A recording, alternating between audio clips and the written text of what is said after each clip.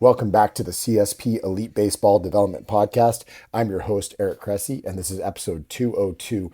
Really excited for today's podcast. This is something that has actually been a long time in the works, just getting everybody's schedule synced up, but it's been an idea that we've had about kind of working through this topic of the age-old return to throwing program.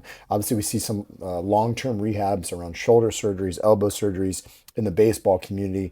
And there's quite a bit of debate about the best way to attack such a long-term throwing program.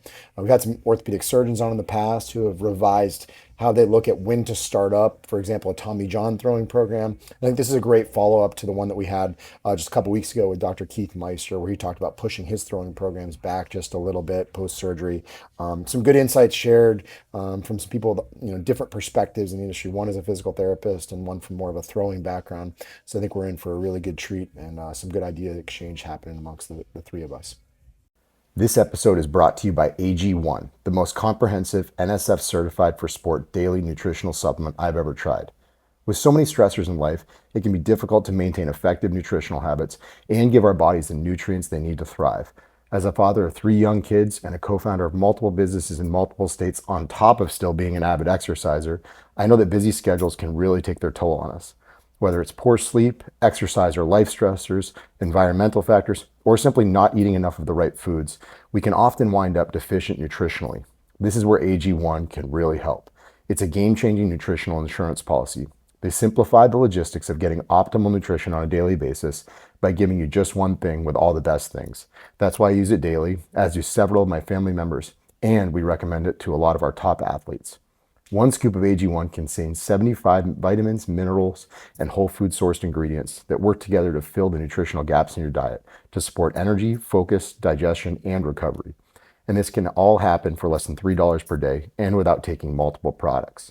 While most nutritional supplements come to market and stay stagnant, AG1 continues to obsessively improve this one holistic formula based on the latest research, producing over 50 improvements in the last decade alone. They invest in the most absorbable and natural source of each ingredient and go above and beyond in third-party testing to ensure their customers continue to receive the highest quality and best tasting nutrition happen on the planet. Whether you're keto, paleo, vegan, dairy-free, or gluten-free, it'll work for you, and it contains less than 1 gram of sugar per serving.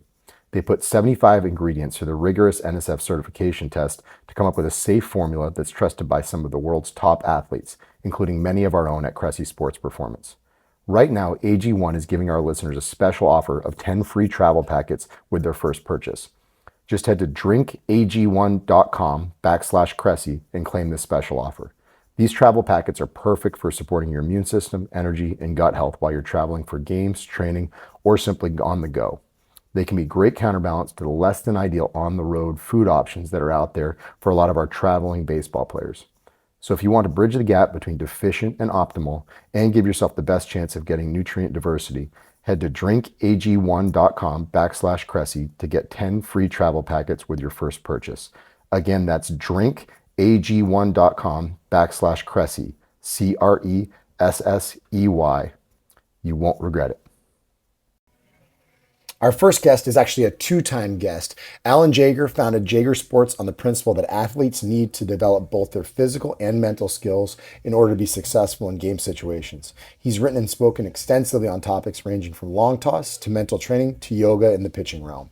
Alan's playing experience include Los Angeles Pierce Junior College, California State University at Northridge, and the Wichita Broncos of the Jayhawk League. His college coaching experience includes time at Los Angeles Mission Junior College, College of the Canyons, and 7 years as assistant coaching consultant for the Chatham A's of the prestigious Cape Cod Baseball League. Since 1991, Alan has worked with over 200 professional players, including Cy Young Award winners and All-Stars. Along the way, he's consulted with a number of professional and Division I college programs. With a teaching training background in yoga and as a practitioner of Far Eastern arts such as Zen and Taoism, Alan's intention is to help athletes merge the mechanics of the Western athlete with the insight of the Far Eastern mind to position athletes to best realize their potential on and off the playing field. Additionally, we have Randy Sullivan, who is a physical therapist, certified strength and conditioning specialist, researcher, and author in motor learning and skill acquisition. He's the founder and the CEO of the Florida Baseball Armory. In 1986, Randy earned a BS in physical education from the Citadel, where he played baseball and was named a first-team academic All-American catcher. Captain Sullivan served as an officer in the United States Air Force for 10 years. After 5 years as a nuclear missile launch officer, he earned a mastery from the Army Baylor Graduate Program in Physical Therapy. He was named the Associate Director of Physical Therapy at MacDill Air Force Base in Tampa, Florida. In 1996, he left the Air Force honorably and opened a private physical therapy practice in Brandon, Florida. He raised and coached three sons who played college baseball, with one going professional. In 2011, Randy combined his greatest passions, baseball and physical therapy, by opening the Florida Baseball Armory. Sullivan has worked with thousands of baseball players of every age and experience level. He's been a paid player development consultant for dozens of major league teams and has worked in roles with coaches and players from every major league organization. Internationally, he's worked with the CPBL in Taiwan, the KBO of Korea, the NPB of Japan, and the Dutch and Italian national federations. He's written and published 9 baseball training books and over 100 blogs. He has published more than 100 instructional videos on player development and baseball strength and conditioning. Gentlemen, it is an absolute pleasure. This is long overdue. We've been trying to get this in the calendar. Randy and Alan, thanks so much for taking the time. My pleasure. I'm thrilled to be here. Thrilled to be here, EC, and excited to connect, buddy. So I'll apologize in advance. I'm used to interviewing one person at a time. So if I'm jumping around like a kid on Christmas that's got new toys, I apologize in advance. But I get excited to talk to people who's passionate about what they do, as you guys are. So let's talk. I mean, Alan, I know, have shouted this from the rooftops for quite some time. I think as we talk about, return to play throwing programs, the interval throwing programs, you got to tell the origin story. So how did you begin to champion this crusade, and maybe speak to how, you looped Randy in on the cause as well? Yeah, well, I mean, as you know, I've been preaching long toss, and really when I say long toss, as you know, I really want to talk as much about individuality and athleticism and variability and stuff like that. But I think I've been so hyper focused on the healthy population, understandably so, because they're by far the biggest piece of the pyramid. And the truth of it is along the way, and especially now that I feel like long toss, so to speak, individuality is in really a great place in the game. But along the way, I had players over the years that going through rehab. I'd get DMs on Twitter from people about, going through it. And I think I always ask them first, unless they're one of our guys, are you a long toss guy? Do you like to stretch it out? Because theoretically, if they weren't a real big long toss guy, my antenna may not have gone up so high. But invariably, the players that I did speak with, and especially guys that had been in our camp over the years, I know that at some point that they were going to need to stretch out, whether it was 250 or 350, and as much as anything, it's also about the time just to build volume and build athleticism. So long story short is, I just have had so many players that I've begged them, and really just talking about professional baseball, because in college, if you're with Scott Brown at Vandy or Butch at Auburn or Nate Yesky at LSU, you're going to have your own autonomy with the coach there. And obviously the medical is going to be part of the collaboration.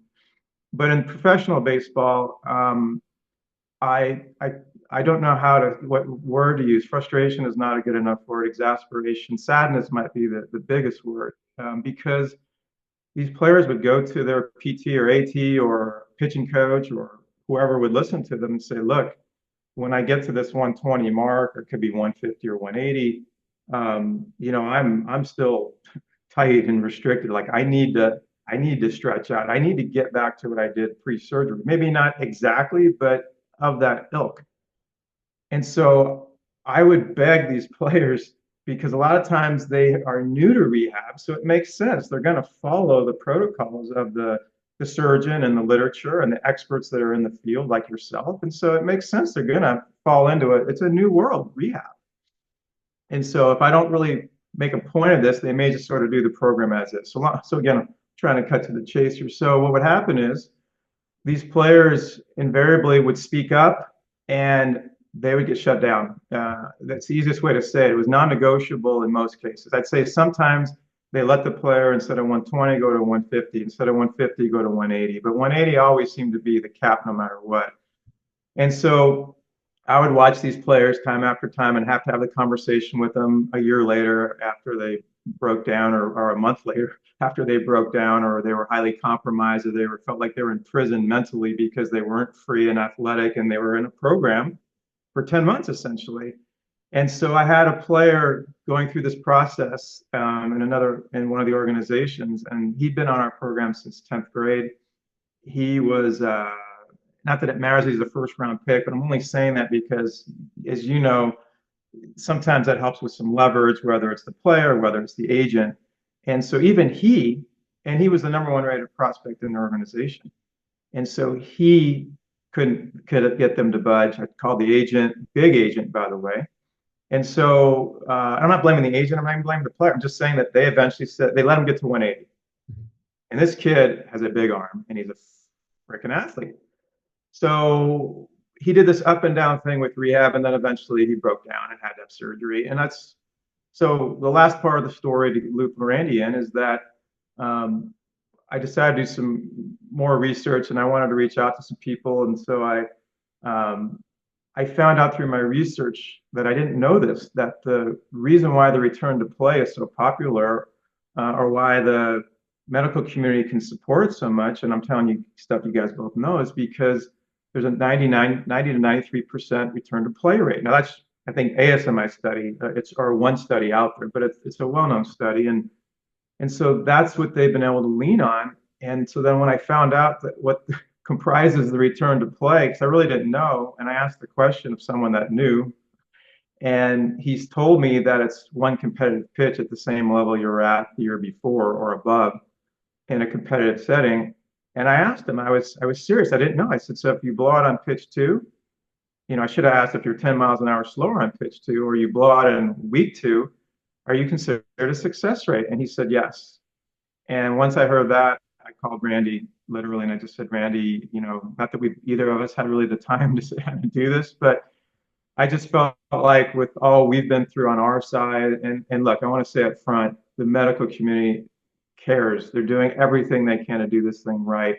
I just feel like Randy and I, and people like, and yourself, of course, with people that have been doing this, the Ben Brewsters and Kyle Bodie's of the world, I feel like we're on the ground, we're on the field, and we're experiencing more of the baseball side of this. And so I called Randy, and he just, like a trooper, just instantly said yes, no hesitation. And so we spent about 4 months putting together our manual. And the last thing I'll say, and then I want to get Randy involved, is that the cool thing about our manual is that once we put this together, and this was really to Randy's credit, is and I had 2 good Zooms with Brittany Dowling to make sure that the first, whatever, 14, 18 weeks, we didn't really deviate from the protocols that are out there. In fact, we purposefully stayed close to it. We added day 4 a little earlier than most. We definitely added day 5 earlier than probably all of them. But other than that, we wanted to stay close because we're basically saying, look, out to 120 or 150, 180, we're fine. Ultimately, the job gets done well enough, right? We're just saying that once you complete that phase, we'll call it the medical phase. We're just saying now we're just creating a buffer in our manual really just has phase 2, which is a 4-week buffer, which could be longer or maybe a little shorter, but we'd say at least 4 weeks, where we're now saying, okay, you're ready to get on a mound and build up on a mound with high intent because you've got prepared for that at 120 or whatever the number is. We're just saying if you're good enough to get on a mound and start building up to high intent to get to your first live BP, well, then you're strong enough, obviously, and healthy enough to start building out to what we would call your normal pre-surgery throwing program, or again, just start to build in some variability stuff. And so I just want to make that clear up front that we have a lot of respect for the medical community, and we also have not done anything that much different. Yes, some stuff, but we just have put this piece on, which makes so much sense because we're empowering the athlete and we're positioning the athlete to tap into what makes them move and to steal Randy's thunder to explore physically and mentally what they really want to do once the medical piece, so to speak, is completed. Love that. So Randy, maybe punt it to you a little bit. Obviously, you and Alan came at this from very different perspectives. Like Alan came from, that of a throwing coach, and you came from it as, by trade, a physical therapist first and foremost. Like maybe speak to your perspective on, I think we both know, like a lot of these similar to throwers 10, a lot of these throwing programs they're designed in a very reductionist manner, right? They're printed out for the kid who's 200 miles from the nearest, expert who rehabs baseball, elbows and shoulders, and they want to make sure that it's like a baseline foundation. Like maybe speak from your perspective as a clinician, like what were the holes in these traditional throwing programs that you saw that pulled you to this cause? And that's really what got me. And I was looking at the date the other day. I think I've been a physical therapist now for 32 years, right? And about 20 of those have been primarily focused on baseball players. Okay. And I remember getting the return to throwing protocol, the standard interval throwing protocol. It had been copied so many times because that it was like on the paper, and it was mimeographed or something. You can almost smell the ink on it. And it was just when you started, you had this thing, and you were like, okay, we did our part. The insurance isn't paying for therapy anymore. You have to do a return to throwing protocol. Okay, here's one, and we give it to them, and I didn't even understand it. I was like, so the biggest thing was just to provide some clarity. Like, what does this mean? Like 20 throws from 25 throws from 45 feet. Like, what is the throw? Does a warm-up throw count? Like, how hard should I be throwing? How am I going to go about doing this? So the first thing I think, the first thing that occurred to me when Alan and I started talking is like, man, if you think about it, the basic protocol that we use, again, it's some modulations there, has been produced since it was still okay to smoke cigarettes in the dugout, right?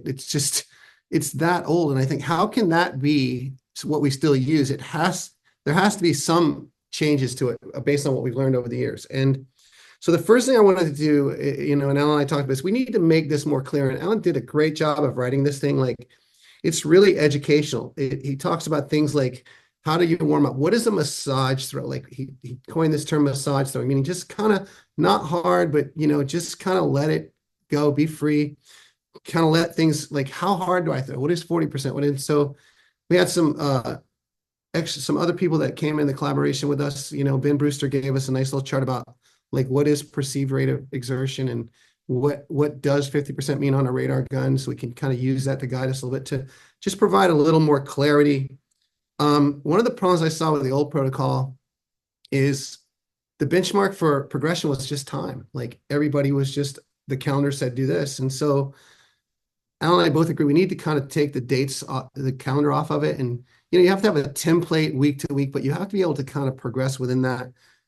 And then allow for individuality, just not everybody doing the same thing over and over again, right? And so that we could get that person in, Iowa who was, miles away from an expert to go, you know what, I think I understand what we're doing here, and allow some room for exploration, self-organization, not these rigid numbers. Like if you say, okay, you can't go past 120, well, what happens at 121? Like, why is that? It seems like an arbitrary number. Alan has a funny story of where that number actually came from, but we got to be able to be able to self-regulate, and especially in older guys, let them listen to their arm and tell us what they're feeling, give us feedback on when it's okay to continue. And then there was this big gap, this big transitional phase. We go from 120 feet to the mound, and it was really abrupt, right? And people made this really fast transition. I've been on flat ground, flat ground, flat ground, and now I got to throw live BP in 2 weeks, right? Or something like that. And Dr. Marcus Elliott, one back in about 2014, shared with me, he said, Randy, the most influential predictor of injury is the delta, the change, like what changed. And managing the change was really important. And I didn't think we were doing a good job of that in managing that change from rehab to performance. And so this additional 4 to 6 week period where we kind of feather in some mound throws into a mat from 10 feet away, feather in some pull downs to get the intensity built up, and then start mimicking the stresses that they're going to have to deal with in the game, thought was really helpful to kind of smooth out that transition. And then finally, the knock against long toss has always been, based on a few studies in the early 2000s and maybe late 1990s, is that it adds stress. When you throw long distances, it adds stress to the elbow, okay? And it changes your mechanics when you throw on an arc and you throw long distances. And the truth is, since we now really understand that you can't repeat your movement, that the repeatable delivery is an impossibility, every throw is a little different. There's this emerging theory called the variability overuse hypothesis, presented by a guy named James, which really has been researched in the motor learning world a lot. And I wrote about it in my new book a lot. I think that we gotta get off this pathway of trying to limit them or reduce the stress to limit the risk for injury, and instead appreciate that the stress they're going to have in a game is probably inevitable. This thing is happening at really high speed. We got to get better conditioned at being able to deal with the inevitable stress they're going to have when they get in a game. And I think that introducing to those stresses later, a little at not being afraid to let it eat a little bit if they feel fine, and kind of organize themselves over the last 4 to 6 week period to get them ready for the game, get them ready for those conditions, so that maybe we can get them a little more robust and resilient so that they don't break down, right away, or face setbacks right away. How many times have you seen that? Just they start and then, gosh, I wasn't quite ready, and now I have these setbacks and things. So it was really, and honestly, to Alan's credit, he pulled together this coalition of people, experts from the athletic training world, the medical world, the baseball world, player development world, front office people, as only he can do, because he's been in it so long and has been such a great steward of the game for everybody, that I think he's the only guy that could have pulled enough people together to garner support like we've had with this thing, just because of who he is and the authenticity which he has, led his whole life in, his care for players.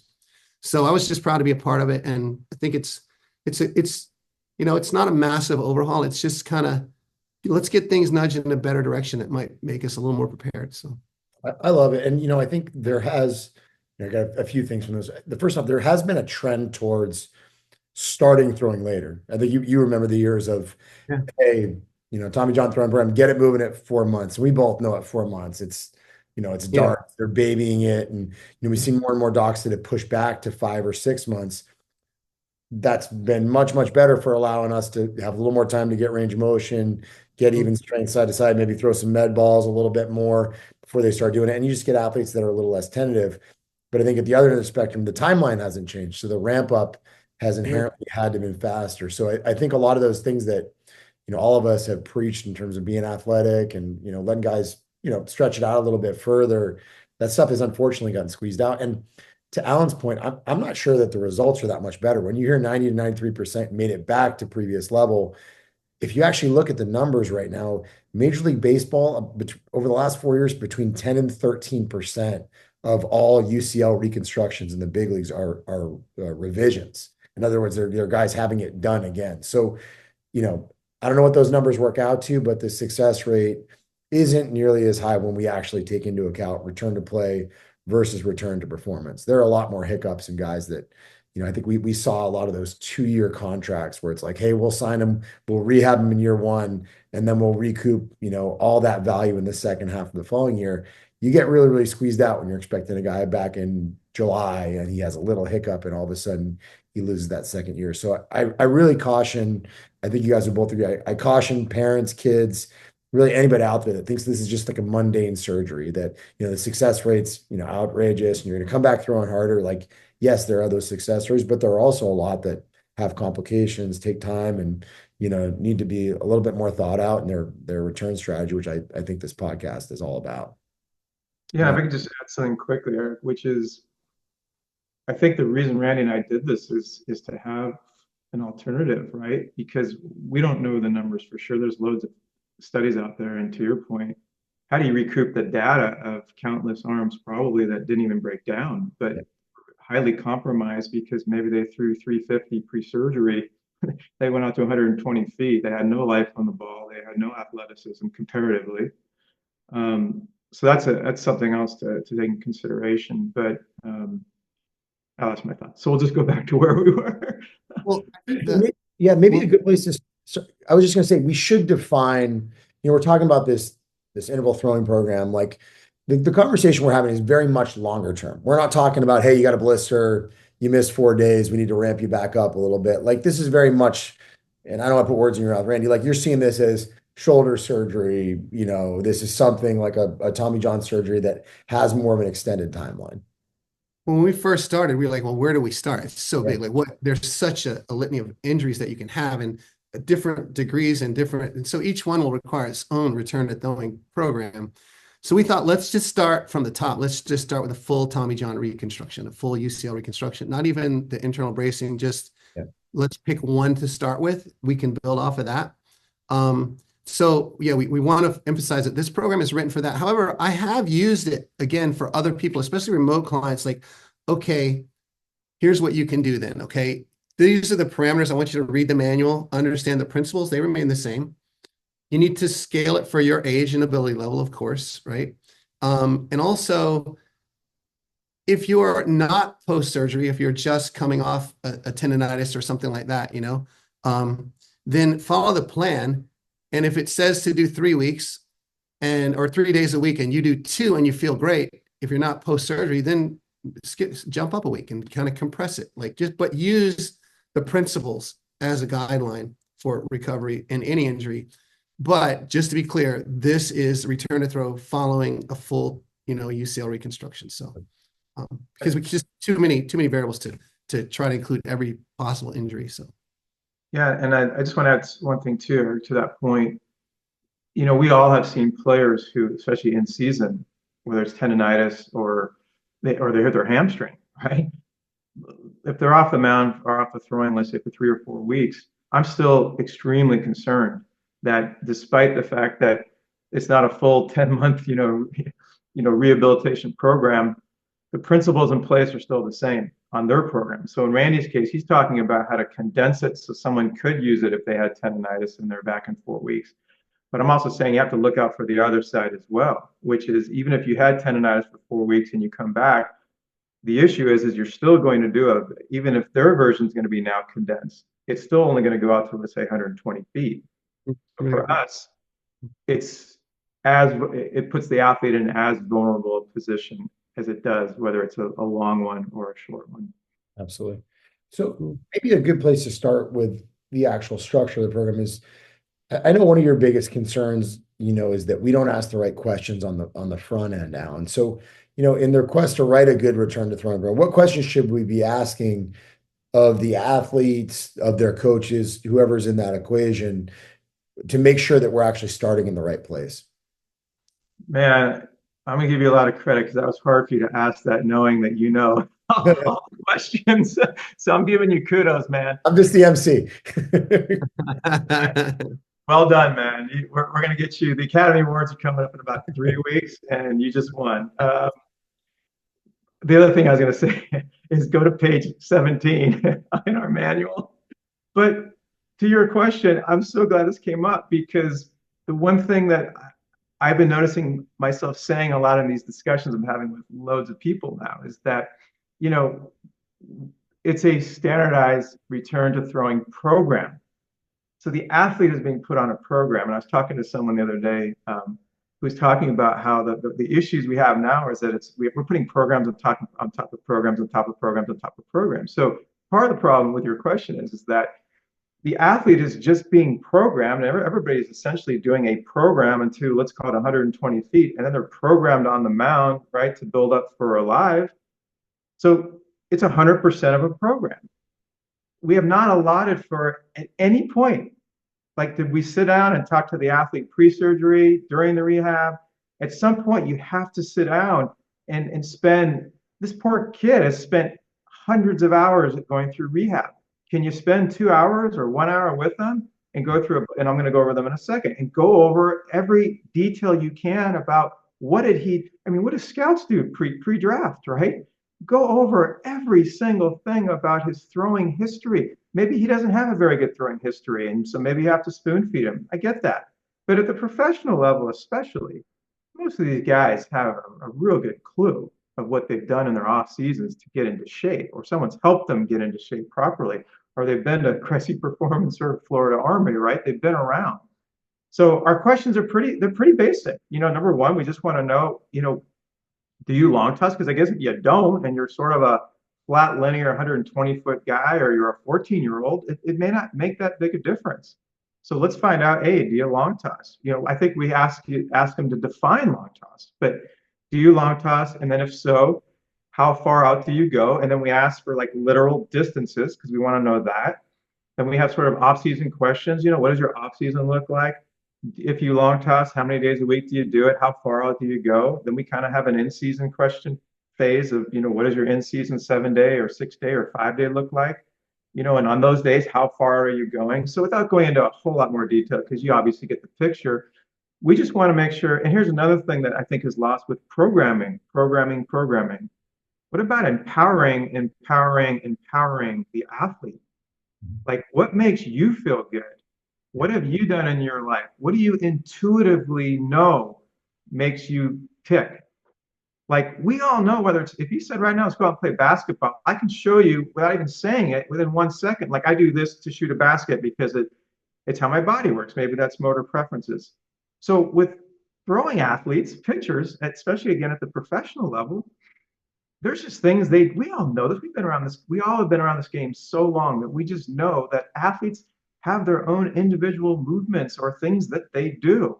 Yeah. We've got to know that. And then once they get to a point where, let's just say, we're all happy at 120, their throwing history and actually their self-regulation or auto-regulation has to kick in. In other words, they're now in charge. We're the guardrails. We're, meaning the baseball people, the medical people, but the dude, it's time for the dude to run the show. And if he's not able to really run the show quite the way we think he can, we're there to help him. But either way, to back to your question, and I'm good, which is, we have to, this is like vital to know this player's history. And one last thing is this: if you have a throwing protocol, especially if its roots are 50 years ago, that hasn't essentially changed that much, well, then of course there's no even reason to ask the question of what an athlete has done pre-surgery. Why would you need to ask the question when you have a program from soup to nuts, from the first throw in rehab to the first live BP? So you don't even, there's not even a thought to ask, and that's part of our issue. Part of our issue is that's why we have phase two. Phase two is for the athlete with guardrails and with support and collaboration. But anyway, I know your question was more about what do we ask, but it's really important to fill in also the background as well. I just love that you're starting that communication early, right? Like programs are always going to work better if an athlete has some ownership in it, right? And when you just hand them that same program that Randy just talked about, it's been photocopied 800 times. It's like, hey, we don't think you're smart enough to think for yourself. I think, why not engage them early on and get them invested in the process? Even if you just get a little placebo effect out of it, it's going to be a better outcome. Yeah. And, here with our injured patients, our clients, when they come in, if they're a pro or college guy, we can dig into their True Media files and look at all their data, and we can find like things like, what was your pre-injury velocity? What was your command like? What were your secondary pitches? Like what was keeping you from being an all-star? Like, why aren't you already in the big leagues? At the lower levels, even as simple as having the dad, can you send me video of him before he got hurt? Whatever you got, I'll take and sort of examine it, because they didn't get hurt for no reason, right? The idea that we're going to come back throwing exactly the way we were before we got hurt doesn't make a lot of sense either. I think we need to look at that and say, all right, are there variables we can change here? And a big one for me, is how well did you recover, right? Like, if you threw, let's say, 2 easy innings, 24 pitches, 3 up, 3 down, 2 times in a row, the next day, could you throw again? Or were you the guy that had to wait a week before you could throw again? It kind of tells you, was this sort of an ongoing chronic thing that was just the last pitch was the one that broke the camel's back? And so you need to know all that history. You need to know their training history. Were they a heavy lifter? What was their history in the gym? What was their mobility like before, if we have that data? If not, we'll get it when we come in here to collect as much information as we can to start. And that's where those, that early phase of rehab, we even bring them in before they start the return to throw, just to teach them things to do to organize scar tissue before we even start throwing. I think that we put them in this brace for a long time, and then we don't move the arm at all in anything that simulates a throw. And I was in surgery with Dr. Coco Eaton one time. He's doing a UCL on the guy, and he took the thing out and he stripped it, and he was bragging about how long the harvest was. They like to brag about how big of a harvest they got. I wrapped it around 4 times, and that was great. And then he said to me, he goes, Randy, that tendon that we just pulled out is going to become a ligament, but that's not the stabilizer of the elbow. It is a lattice for scar tissue. And it's actually the scar that stabilizes the UCL going forward, right? And so I started thinking about how scar tissue gets organized. Davis's law, all tissue aligns itself to resist the stresses under which we place it. when we don't do anything that resembles a throw in those early 16 weeks of rehab, we get these gnarly scars that are just disorganized, like a plate of spaghetti noodles that you left in the sink all night because they haven't been organized. And I used to teach a course to physical therapists on, UCL rehab. And I put up a slide that showed a guy holding back vomit. I said, prepare your patient for the moment, that moment when both you and he think that he felt the pop and he tore his UCL again, you're going to feel like you're going to vomit. And understand it's probably just scar tissue releasing. I think that the ones that get lucky, the scar is somewhere not on the fulcrum. And, the ones that aren't lucky, it's right in the middle. And Dr. Eaton told me that when he goes in for the second reconstruction, it is like a grenade went off. There's just nothing to put back together there. It's because the scar just exploded. And so I think we can do a better job early on reorganizing the scar to get ready. But then when we get to the throwing program, again, it has to be this gradual remodeling of the tissue, both physiologically and neurologically. The coordination patterns have to be gradually changed because, what are these guys doing during their time off? Their bodies are changing, right? Mobility is changing. Range of motion is different than it was before. They've probably, in today's world, they've probably been working out, trying to get bigger, stronger, working around the elbow. At least we hope they are. Well, every time you make a muscle bigger, it has a new coordinative demand. So you need to learn to control that better. So I think we got to ask them those kind of questions about their history of, pre-surgery, what was their work ethic like, and get as much information as we can, and then involve them in the process, not just when they start throwing, but early in that process. Give them stuff to do that will help us get ready, the pre-throwing stuff. And we've done a great job. Alan did a great job of just recruiting a lot of experts to help us add some auxiliary stuff in the beginning of the proto. Like, what kind of lifting? If you don't have a weightlifting program, if you don't have a strength training program, here's some things you can do. Here's a protocol you can follow on your own. If you don't have any pre-throw stuff or arm care exercises in your mind, here's a bunch of videos of things you can do. And so it's been a really good collaboration, hopefully taking the guy through the whole process and empowering them with information, right? They need to know some of the foundational principles. And Alan did a great job when he was a primary, writer of the stuff. We collaborated a lot, but he would write it and then I would edit it. And he did a really good job of including all that stuff in there. So it's pretty comprehensive. I'm pretty happy with that. We interrupt this podcast with a quick reminder that this episode is brought to you by AG1. It's an NSF certified all-in-one superfood supplement that features 75 whole food sourced ingredients designed to support your body's nutritional needs.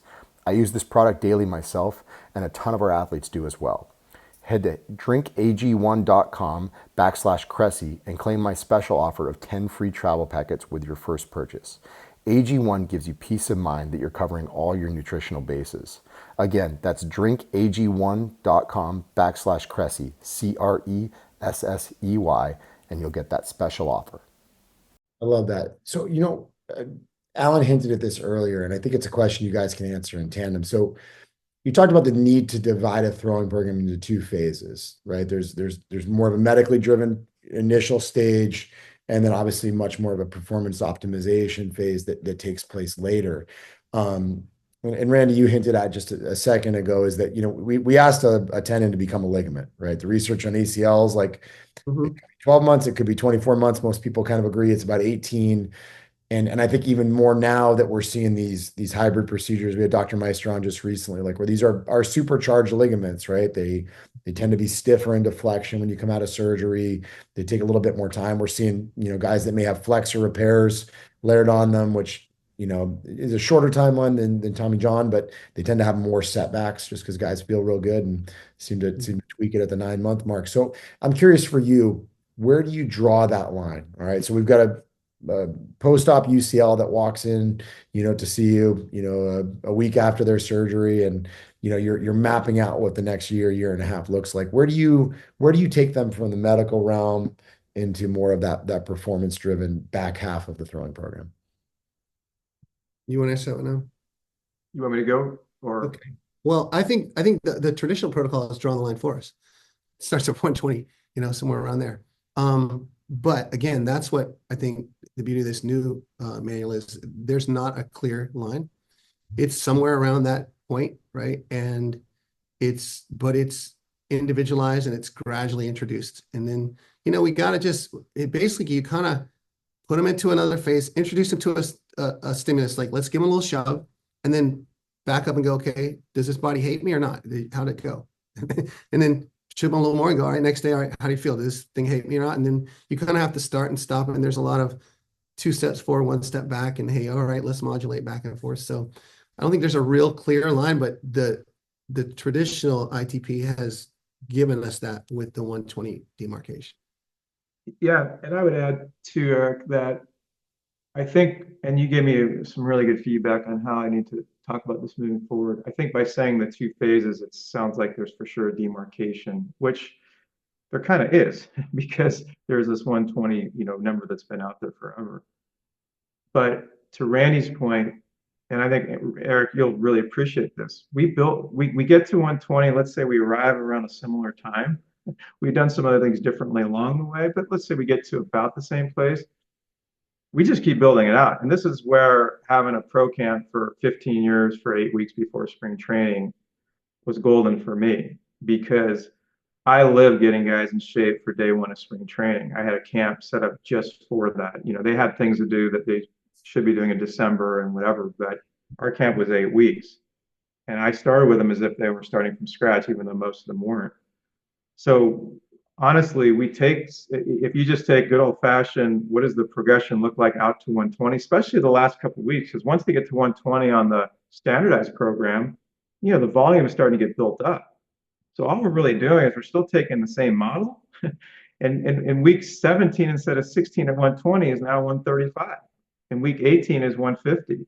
So, and we all know this too. If they're at 120 feet and they're good enough to get on a mount and start ramping up, well, we all know once someone gets at 120 feet on a healthy arm and they're in really good shape, the 120 to 300 feet doesn't necessarily take that long, right? I'm not saying anybody rush it, but I'm just saying it's not 10 weeks. It might be 3, And so, and the last thing I'll say about this sort of smooth transition, really it's no transition. It's just the continuation from day 1 is we explain this 17 different ways.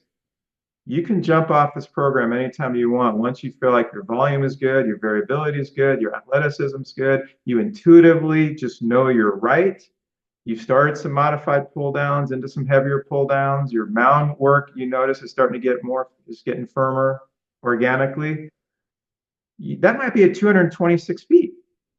It might be at 194, but we build it out to 300 feet, which takes, I think, an extra month. It's probably less than that, but whatever it is, we build it out, but we let everybody know that we have safeguards everywhere. In other words, we tell people if 240 is the end of your program, we start the modified pull downs then into heavier pull downs. If it's 270, so there's some checks and balances in our program to where to me, that's what I love about it. I love it because there's nothing to think about. You just go through it. And I think the main reason we keep talking about this demarcation is we're just saying that because the medical world generally has not a demarcation, an endpoint at 120 or 150 or 180. We're just saying, no, that's not the endpoint. I would actually say, and I've used this line a lot, the end of rehab for us is the beginning of the throwing buildup from more of a healthy. So that was a long way of saying to your question is that we don't have like you have to do 1 and then graduate to 2. That's what I love about our program. It is fluid and seamless all the way through. We just talk a lot about why there's that 120 is sort of phase 1, and we're just saying we've added phase 2. I know one of your biggest concerns, probably both of you, is these throwing programs historically have been rigid, right? There isn't a lot of maybe the individualization, the nuance that you might get if you're doing an off-season camp with Alan and you know how to kind of take your arm for a walk on a day when you might be hanging, or if you're rehabbing with Randy and we say, you know what, like he's a little stiff this week, like we're going to pull back, play catch at 60, and we're going to live to fight another day, and tomorrow is going to be great. Like I know, we've typically got like 4 to 6 high-profile MLB elbow off-season rehabs every single year, and they're all at different points in their throwing programs. They all need subtle pivots. Every one of them had maybe a slightly different procedure. Some have had bone removal, or some have had, ulnar nerve transposition, whatever it is. They're all subtly different, but there are a lot of pivots along the way. This, unfortunately, isn't always possible when you get who's rehabbing in the middle of nowhere, right? Who only knows Randy Sullivan an Alan Jaeger, Eric Cressey on the internet. Like he might never come within 100, miles of us. So what's the downside here? Like, how do we cut back on the rigidity, but protect against the downside with these kids? We both know, right? I think it was that old Kevin Wilk line, teenagers only know one speed and it's stupidity. Like these are the guys that, crush an energy drink, do a few arm circles, put their forehead through the drywall, and then go throw 95. Like it works until it doesn't. So, how do we make sure that we give these guys a tool of, self-regulation and like taking their arm for a walk without just leaving them exposed to undue stress? Because you can still do a lot of damage doing something stupid at 9 months post-op.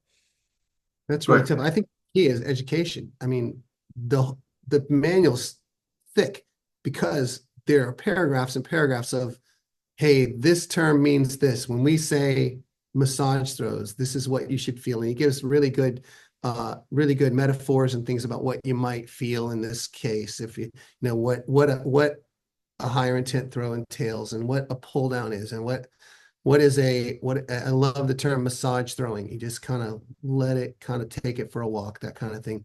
So a lot of education in the manual itself. So it's not something if they want to pick it up and go straight to the protocol, that's great, but they're missing out on a lot of really valuable foundational information. And then it is tough because older players are more in tune with their body and can relate to you. Hey, here's what I feel today. But you know it as well as I do. Oftentimes a teenager, hey, how's your arm feel? What? Tell me what you felt when you made that throw. They don't really, they haven't experienced it, right? It's like they don't have enough experience to be that in tune with their bodies. And so we kind of have to help them along the way. If they can get near a professional that has an idea, I think that's great. But even coaches can take the manual and learn from it and then learn to guide them through it. And of course, Alan and I are always just a phone call away to, and that's why we put it out as a free manual, because we didn't want it to be cost prohibitive for someone, who doesn't have the resources to get here. We wanted this to be something that anybody could use as their safety net to go, okay, here's what I got. Because really uncertainty after that injury is that they just don't know how's this thing going to work, and just providing them clarity has been really valuable. Where do you think things derails the most, Randy? Like, I mean, I was talking about this with Meister, is like every flexor repair feels amazing at 9 months. And everyone that gets out of their skis sets themselves back. So he always tells people a year on it. Like, where have you seen the most hiccups, in your history of working with these UCL reconstructions? Is there a certain time window? Usually around 9 to 10 months, somewhere around there. When they start stretching out a little more, I think it might be minimized if we did more work on scar remodeling early, not just from the outside, but just self-organization of the scar. Let them do a little more early within the guidelines.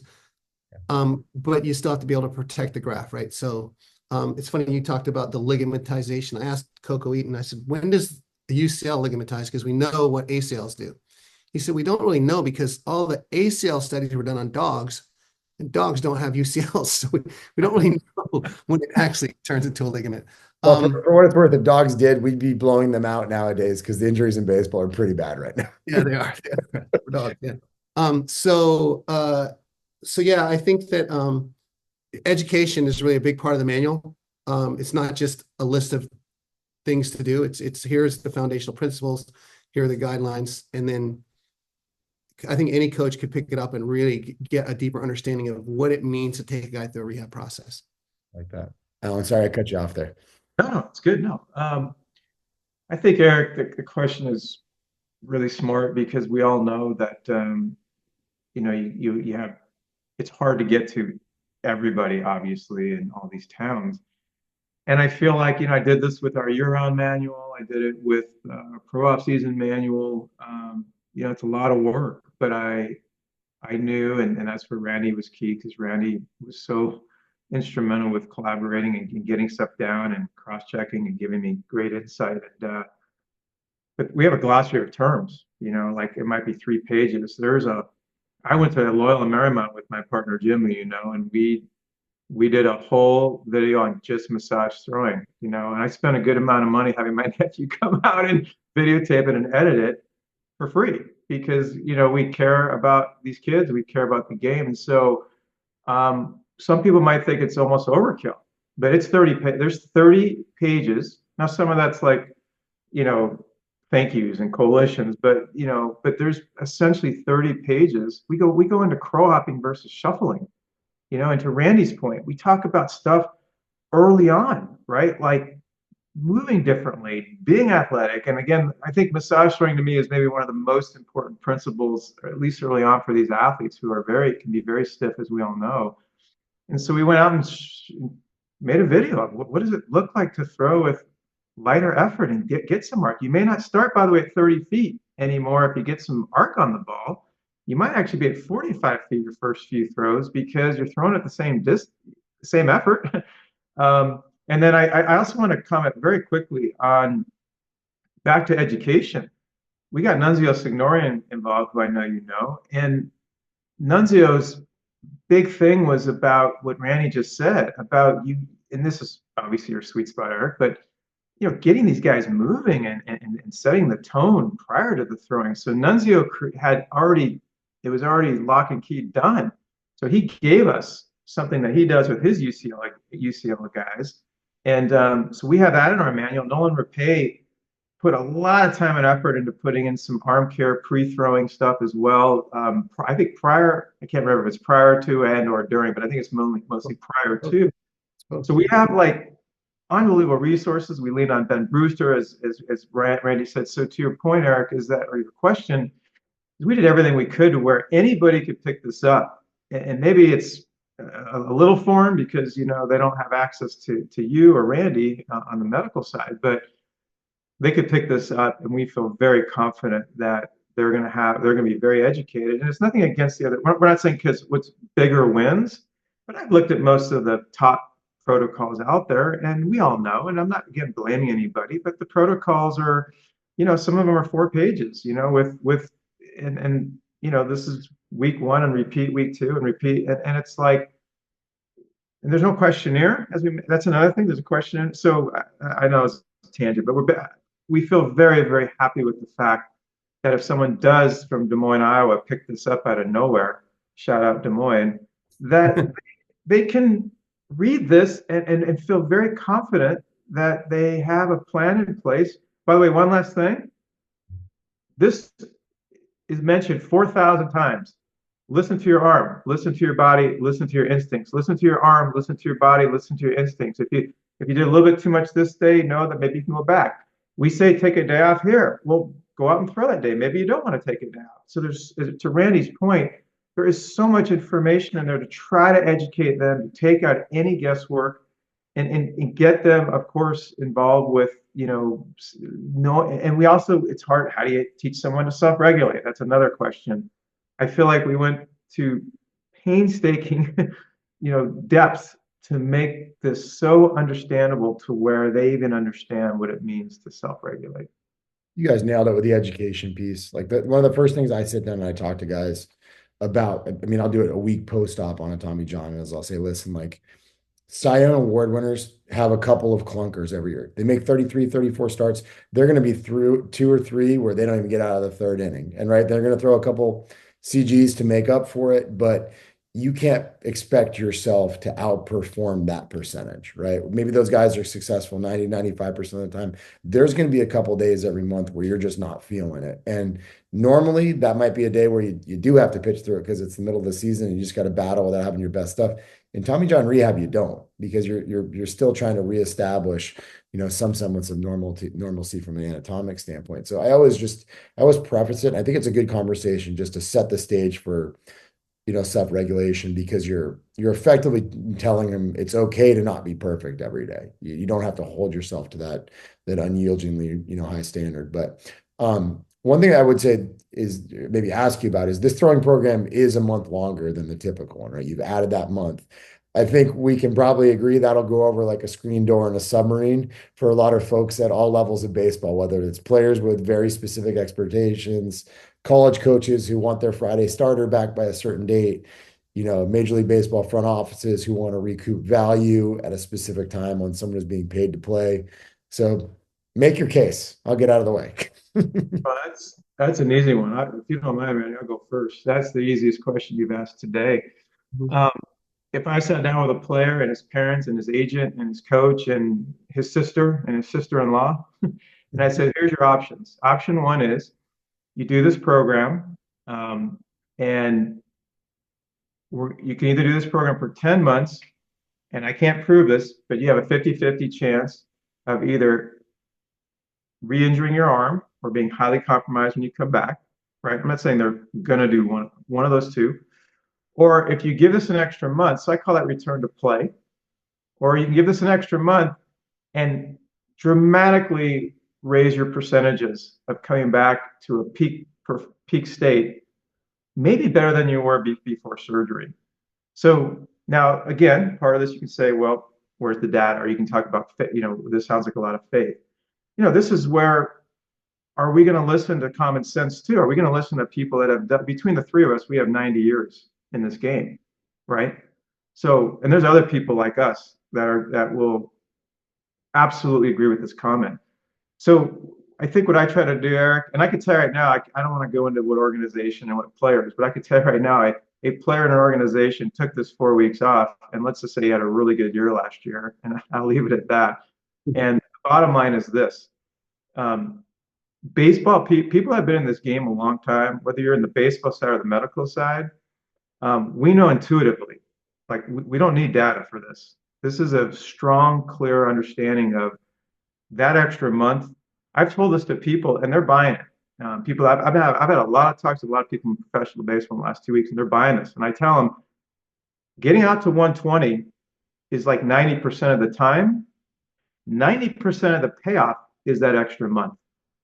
It's black and white to me. And people can say, well, show me the data. Well, show me the data of what the word love means, the feeling of love. Where's the data for how it feels to feel love? Well, we all feel love. We can write a book for 400 years to try to define love. We're never going to get there. So at some point, this is where risk aversion meets faith, I guess, or risk aversion meets experience. But we're at a point now where it's so blatant from the experience side that what that extra month represents, I know you have to ask the question, and it's an important question. But from my experience, and also from my anecdotal experience around players, they feel like they hit the lottery when someone says at 120, like, hey, we're going to give you some more time now to stretch out and be free. They're out of prison. You could see it. Their skin color changes. So to me, there's not a 1 month versus a 20-year upside of your career versus less than 1 month, and you might be on the chopping blocks in a month. It's a no-brainer. Randy, what do you got? It's a fair question, right? Because think of a major league pitcher who in a month could have 5 starts, right? That's huge, right? Every big league win is probably worth $1 million to the organization. And you got this guy, this asset that you're not being able to tap into. So it's a fair question. A college guy that month might eat up half the season, right? A high school kid, absolutely it will, right? For the younger guys, I think that taking the long game approach that, hey, these games seem really critical to you right now, but later on aren't going to mean as much when you're performing well. I think it can kind of point backwards to our definition of success, right? Which is return to play at a prior level. When these guys got hurt, we're going to assume that every player was on a trajectory of improvement. They were trying to get better. Now, we're going to take them out for 15, 18 months. And the goal right now is to get them back to as good as they were. That can't be our goal. We can't take 15, 18 months and only return to prior status. We have to make it our goal to come back better than you were before. And if you're a major leaguer, then and there's money on the table, then you make an adult decision. Do I need to keep going, or do I need this extra time? I think organizations might say it's probably a better investment to let this guy be really ready, so he doesn't lose 2 or 3 games as he's coming back, that we get the best version of him, or even a better version than we had before. I think that we gotta figure out, how do we make them better? And what a lot of minor leaguers don't really understand is that this isn't spoken anywhere. I don't know this to be true. Okay. I have a feeling that from just the monetary standpoint, once you're injured in professional baseball, you're a liability to the organization. And now we have to rehab you. And unfortunately, I've seen it happen too many times. Guys work hard to get back to previous status, only to have one or two bullpens or rehab starts and then get released. So they're almost like rehabbing to the prior level just so they can be released. Our goal has to be, you have to come back so good that there's absolutely no doubt. Like, you have to make yourself better than you were before. Whatever it was that was keeping you from being a perennial all-star, we got to solve that during this 15, 18 months. So you come back and you kick the door down and say, look, you're going to keep me on the roster and put me in the lineup because I'm here and I'm good, right? And so it's a fair question, but I think that allowing yourself that extra time to not just get back to prior level, but get to even better than you were before, a better version of yourself, is really valuable and can pay off big dividends if you just make the investment in the front end. So. I love that. So, maybe this is a good question for Randy, because I know you've hinted at a little bit in the stuff I've read in the past. You have some strong feelings about moving away from like our dependence on workload management during the interval throwing program. Like, what's your proposed alternative? Obviously, we have distances, we have set time periods. We're seeing more and more guys that are, throwing with a pocket radar on them. We're seeing different ways to kind of evaluate, I guess, intensity and its interaction with the number of throws, whatever the workload equation that folks are using. As like, how are you evaluating guys during this timeline so that you actually have a picture for both acute and chronic workload and anything else that plays into it? We're on this pathway dependence in the research, and it happens in every scientific community. Like, one study leads to another study, which leads to another study. So the primary culprit of injury in a pitcher is overuse, right? And then we said, what is overuse? It started with too many pitches per outing, not enough rest between outings, too many pitches per season, too many innings per season. And we quantified it that way and realized that wasn't working because the injuries didn't change. The more we limited innings, the injury rates kept going up. And then we said, well, we need to define workload because not all throws are the same, right? So we use this intensity measure. So now we have wearables that give us chronic acute workload ratios. And look, those principles are fine. That they're fine. No problem with that. Here's the problem. In most scientific endeavors, when we can't measure what's truly important, we tend to make what we can measure seem more important than it is. And so we may be looking in the wrong places and stuck on this pathway of dependence. Like, the reason we have train tracks that are this far apart, the way they're made right now, is because horse-drawn carriages had wheels that wide. And now we can't just redo all the trains. The reason keyboards are in order that they are is because the most used keys in typewriters stuck together. And so we had to spread the most used keys out, and we still have the same keyboard on our computer. This pathway dependence that follows, it's too much inertia to overcome to change, right? And it takes someone to maybe look laterally and go, you know what, maybe the answer isn't in avoiding stress or managing stress, not letting them be exposed to it. Maybe we could look laterally and say, maybe we could take a deeper dive into preparation and conditioning and getting this tissue robust enough to tolerate the inevitable collision that's going to occur, the inevitable stress that they're going to endure. I'm convinced that we can't avoid it anymore. We got to make them more robust. And that means you got to gradually expose them to it. I think that 4-week period does a nice job of gradually exposing them to more stress. There is a study recently that showed that using motion capture, if you agree with that is an indicator of stress, that beyond 150, the stress levels kind of level out. So going to 220 and 300, you're not actually adding in. To me, it indicates maybe there's some adaptation that's occurring during that time frame. And so how do we know when it's okay to push? You got to get to know your player really well. You got to be really in tune, and you got to teach them to be in tune with their bodies. And the truth is, you're never quite sure, right? I mean, it's just risk reward. Is it better that we live to fight another day? Most of the time I err on that side, especially if it's a younger client, a younger player. You have some of those guys where, like, man, if you don't get on the field this year, you're done. We got to push the envelope a little bit here smartly within guide rails, but I think it has to be on a case-by-case basis that you got to really get to know the player and find out, okay, how does he tolerate this if we push a little harder and go a little quicker here? And does he need to, or can we just make this investment early and not do it, So I think we can begin looking at variability. I think the definition of overuse is doing it the same way over and over again. I used this analogy in a presentation I did to a bunch of PTs. when I was raising my three sons, money wasn't as abundant and I had to buy their shoes. And so I had one pair of shoes because the dad got the worst shoes. And my feet hurt all the time because I wear the same pair of shoes every day. Now they're gone. I'm kind of a shoe head now. I got a different pair of shoes for every day. And my feet never hurt anymore because I'm distributing the stresses differently. And so long tossing, more athletic throws, getting off the mound and not being in our mechanics so much, making more athletic throws is a way to create that bandwidth of variability that we can tolerate so that we can handle stress when it goes a little east, a little west, a little north, a little south. And I think leaning toward this idea that maybe we can mitigate overuse through variability, throwing a little bit differently more often, is probably a good avenue to begin to look into and see if we can find some answers there. I think you nailed it. I mean, I think we can all agree it's what the industry is doing on the whole is not working. For context, one of the biggest takeaways from the report that Major League Baseball published on pitching injuries, I know you're familiar with it. I think you were interviewed for it on as well, is if you look at average innings pitched by college starting pitchers that were drafted in the top 3 rounds, it was below 75 innings in their draft year. If you go back to 2008, it was about 105 to 110. So literally, we've cut guys back by 30 innings. Still there's some egregious, 150 pitch outings, things like that. But the workload on the whole has gone down dramatically. After that MLB study came out, a new study came out just this January that showed that Pac-12 injuries went up fivefold between 2016 and 2021. Literally 5 times increase at some of these big institutions that have these, massive budgets for sports medicine, everything imaginable. Like the industry as we know it is not working.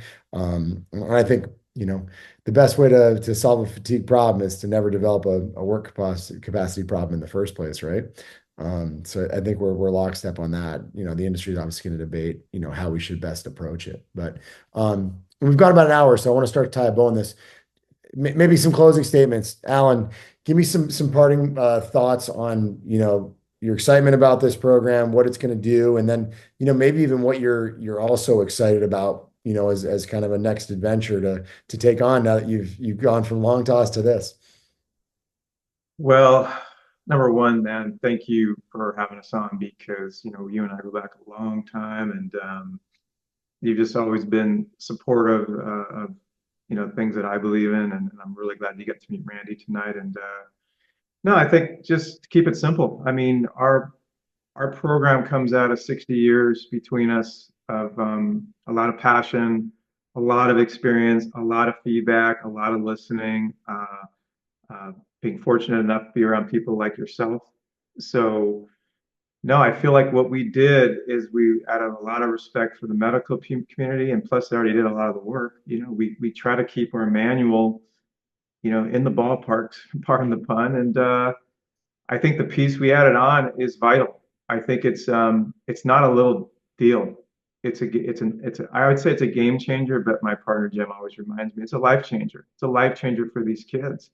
And I think I'll just end on that concept again. Well, two concepts. One is we have to get out of this programming mentality, program, program, program. We have to remember there's a living, breathing human being that has a heart, a soul, intuition, that's got a lot of experience that we need to go to school on them. So the second phase we've built out for is just we got to get into this athlete. Let them play in the sandbox for a while. Just break this world of programming. And I think the last thing I would say is this, that the manual is free and it's available, and anybody can go to either of our websites, and Randy and I are pretty easy, to get a hold of if people have questions. As far as the future goes, I actually took time away from what I've been doing. I've been doing a lot more work in meditation and mental training, ironically, and that's really what I've been spending a lot more time. But this situation came up with this player, and I'm telling you, it's the straw that broke the camel's back. And if I can say one last thing, it would be this. I've been joking with my friends and with people I've spoken to in the baseball world recently about this, that when I first started pushing for long toss back in the 90s and in the 2000s, and I remember this feeling of like, I have to explain to people why throwing the ball with arc is a good thing, why changing the release point is a good thing. And And I felt like maybe more in professional baseball because there's things can be as understandably so very regimented. And I remember like feeling like when Jim and I were in the room, like it was a big uphill battle. And then eventually over time, it was a beautiful thing to see long toss get so well accepted in mainstream. Well, when I first started calling people about our rehab program, I had that syndrome in my mind that this was going to be a tough fight and way more uphill than even long toss. Because at least on long toss, I had the baseball people agreeing with me that, well, long toss is great for arm strength, arm conditioning, athleticism. And so, long story short is, Randy's heard me say this a few times now, but I'm blown away with encouragement by the feedback I'm getting. I mean, we've had the rehab coordinator for the Pirates, Vic Black, um, Scott Hacker, who's the major league athletic trainer with the Padres, has joined our coalition.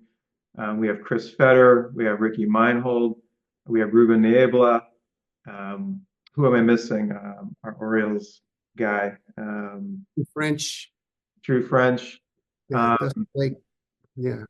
but so we just, yeah, I feel like, and a lot more I feel like is coming. And so I feel like I'll end on this that I really feel like what we've put out, I feel like the truth always wins. I'm going to end on this note. I feel like the truth always wins. And I feel like we have I know it's going to sound anecdotal to some people, but the truth is absolutely on our side based on the countless experts in this field that I've spoken to across the board, whether it's pitching coaches or trainers or PTs. It's coming. I can feel it. And I think that's the most encouraging part about this, that I feel like the change is coming. I love that. How about you, Randy? Parting thoughts? Yeah. So, someone asked me the other day, when are you going to retire from this? You're like 61 years old. And I started thinking about like, why would I retire from this? I get to do this every day. I get to talk to guys like you and Alan every day. And then I get to help these guys that walk through the door every day. You know, we have our one place here in Lakeland, Florida, and our mantra here is, man, every player that walks through the door is the most important person in someone's life. And we need to respect that no matter who that person is, the most important person to someone in this world. And we need to honor that by giving them our best and doing everything we can, digging in, staying up late at night to research and study and trying to get them better, write plans, create an environment where they can improve, and not on these rehab guys, not just get back to where you were before, but get back to where you kick the door down and leave no doubt, right? And I wouldn't ever want to stop doing that. I can't imagine doing anything else. It's just such a joy to be part of all these guys here. And I know you guys feel it too. These guys that let you ride along with them on this journey. And it's just, it's something I just never want to end, because every player's a puzzle. It's really fun to solve it. And with regard to this return to throwing program, we're not trying to reinvent the wheel. We don't want to discard all the history of all the research that's been done. It's good work. It's good work. It's a good foundation. We're just trying to maybe get it rolling in a little bit better direction, and maybe we can find better ways to keep adding to what we've built here through as an industry. And so if you're interested in the throwing protocol, you can find it. We have a pretty link for it. It's floridabaseballarmory.com/RTT. And if you want to call us, it's a really easy phone number, 866-STRIKE-3. So 866-787-4533, and we'll be happy to walk you through the process. It has been a pleasure meeting you. Thank you so much. I can't believe we've been around each other sort of tangentially for all these years. I will just say this. I told Alan this. Everyone I've ever met in baseball said, do you know Eric Cressey? I go, no, I never met him. Everyone I ever met said he's a really good guy. And this is a small baseball community, which is why I can't believe that we just met today. But in my history, whenever everybody I know says that a guy is a good guy, he turns out to be a good guy, and you were no different. And on the other hand, when they tell me the other part, it's usually true too. But, but yeah, thanks for having us on, man. This was fantastic, and it's just a pleasure to be associated with you guys. Thanks. Absolutely. I'll make sure we link to that stuff in the show notes. Definitely check these guys out on Twitter. It's Randy Sullivan PT, as well as Jaeger Sports. I know you guys are super active on social and good about interacting with folks. So, gentlemen, thanks for taking the time. This was Yeah, appreciate you, Eric. Thanks, man.